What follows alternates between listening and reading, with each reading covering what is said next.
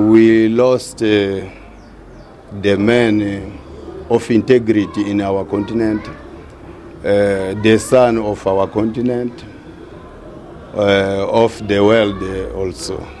Because for us, what we expected from him was to tell us how could we go back to the process of finding the correct way of who won the elections in Côte d'Ivoire. Because we all knew what took place in Côte d'Ivoire during the elections.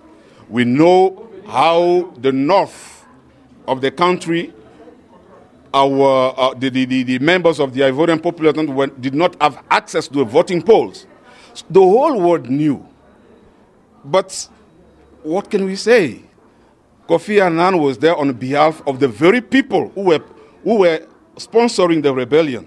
He had nothing else to say but just to play along the line. But he remains an African. He remains the son of the continent, and his passing is a sad news for the continent. An honorable man he is, and he was.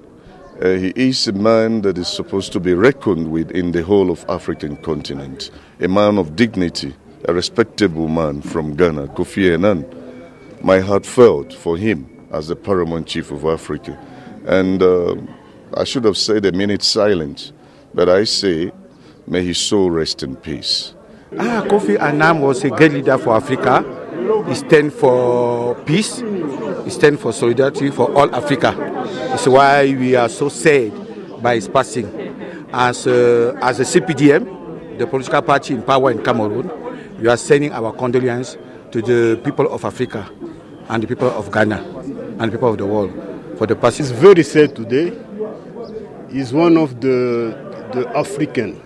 I think it's also one of the first of the black African to be a United Nations secretary. And they always speak about Africa. His worry was more about refugees, how to look after refugees. Because most of the countries in Africa, they are affected with this refugee problem.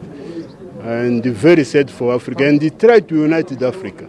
Many people never understood about him. So I think he left a legacy. We must carry on from where he left. This is a great loss for Africa. As a kid of Africa, he's done a lot for the continent. All right, we'll have more news on the side passing of the former UN Secretary General, Mr. Kofi Annan.